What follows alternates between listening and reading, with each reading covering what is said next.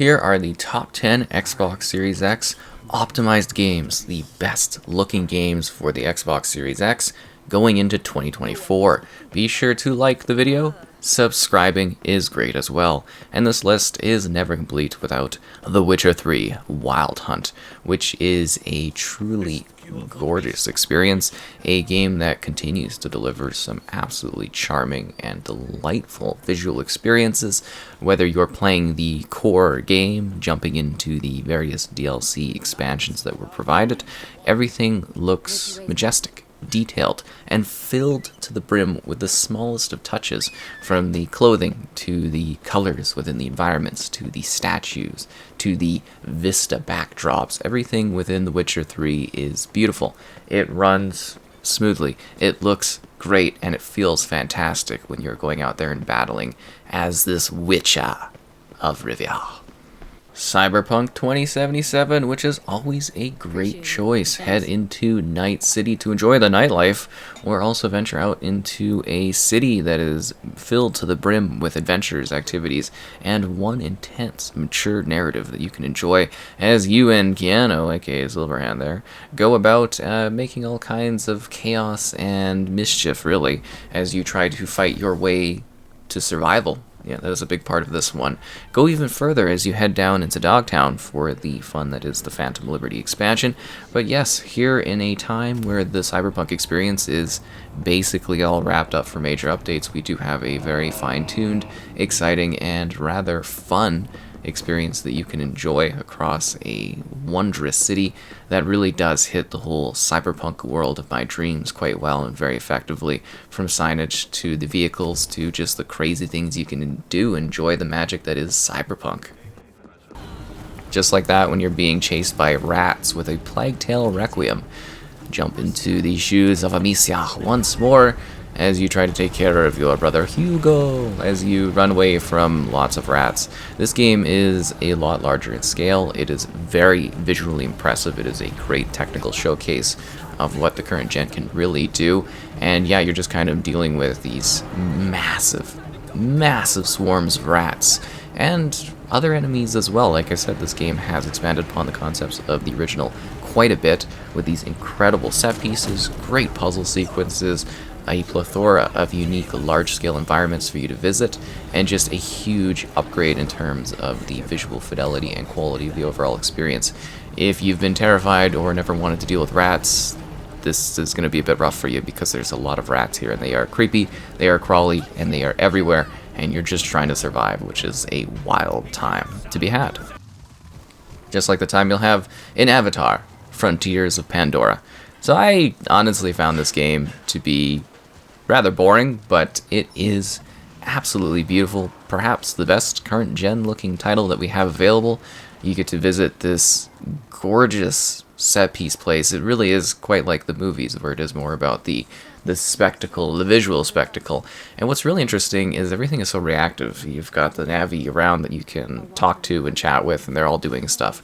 But you see creatures doing and living their day to day. All of the different plants, the fauna, everything that you come across is reactive, and in really alien-like but beautiful ways. You get to kind of walk by these various, I guess you would say, just objects and plants, and they'll all just react to your presence within the environment. It's really quite intriguing. And then the scale of basically like the small humans versus these large creatures, it's very enticing, and just basically filled with gorgeous vistas everywhere. And Alan Wake 2 doesn't shy away from its very visually impressive locations and designs. The whole concept of blurring the lines of live action, with film, and then regular gameplay, the meld here is just absolutely stunning. The musical pieces, the regular gritty combative pieces, everything here is very visually stunning. It tells a very comprehensive narrative that is very lengthy and well set, with just a stunning use of lighting, and just some really high in-depth and reactive environments that really do feel lived in. They feel like actual places, but they also go beyond that, just for the element of the surreal and the crazy. And everything here is twisted and dark in the most expansive and wildest of ways. A well worthy sequel to the original game, which also pushed boundaries then too. Just like the boundaries of the open world, of racing that is, with Forza Horizon 5. This continues to be a very technical showcase as you get an absolutely massive environment of Mexico to enjoy. They have done some expansions upon this as well, with lots of new content being added, but the world itself is just huge. A massive variety of differing environments and seasonal elements that you can take in, alongside a massive selection of vehicles. So many cars to drive, so many events to take part in, and you don't get just, this static world. You get these majestic puffy clouds, these weathering conditions, the days, the nights, and you just drive at blistering speeds across all of these, whether you're doing competitive races or just enjoying a cruise alongside the open world. Forza Horizon 5 is a true technical showcase, and I can't wait to see what's coming to succeed this one down the road, as I imagine the time is coming a little near for our next Horizon adventure. Just like we await the next Gears adventure, but for now we have Gears 5, which is a very beautiful upgraded experience for the console platform. On the multiplayer side of things, you get a huge high level of frame rate and resolution, but in the campaign they really push the boundaries of a buttery smooth experience that looks fantastic. Whether you're playing the main campaign or you're diving into a little bit of hive busting, it really does just look quite visually stunning, a true technical showcase of the platform. And it's something that wasn't even necessarily meant for this particular generation, but it does hold up well.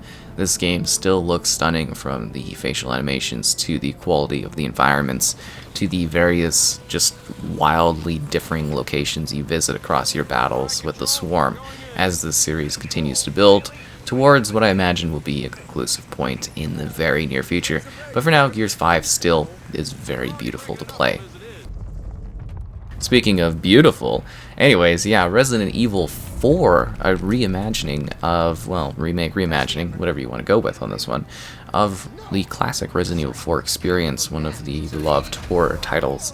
This one really does up the visual quality and style, not only in terms of just the character models, but also like the texturing, the clothing, the environments that you go through, the decrepit caves, the well-lit locations, the over-the-top action, and then of course you can have a little add-on in your life too if you want to go afterwards and enjoy that kind of little extra adventure, which was quite enjoyable to work through.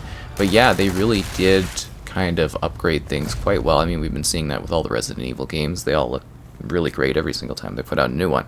But yeah, Resident Evil 4 is very, very visually impressive, and I think very well loved, and it just hits the mark as something that really does upgrade that original experience that you fell in love with years ago.